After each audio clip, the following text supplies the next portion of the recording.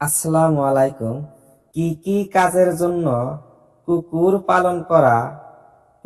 পালন করা জায়েজ?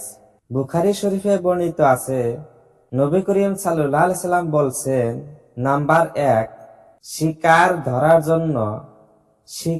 ধরার জন্য কুকুর পালন করা জায়েজ।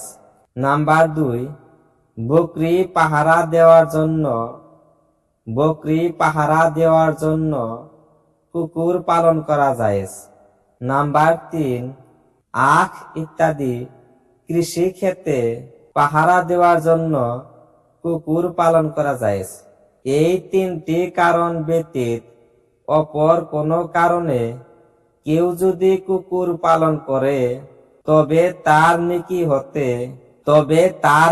হতে এক এক কিরাত করে কম হতে থাকবে। এক কিরাত উহুদ পাহাড়ের সমান।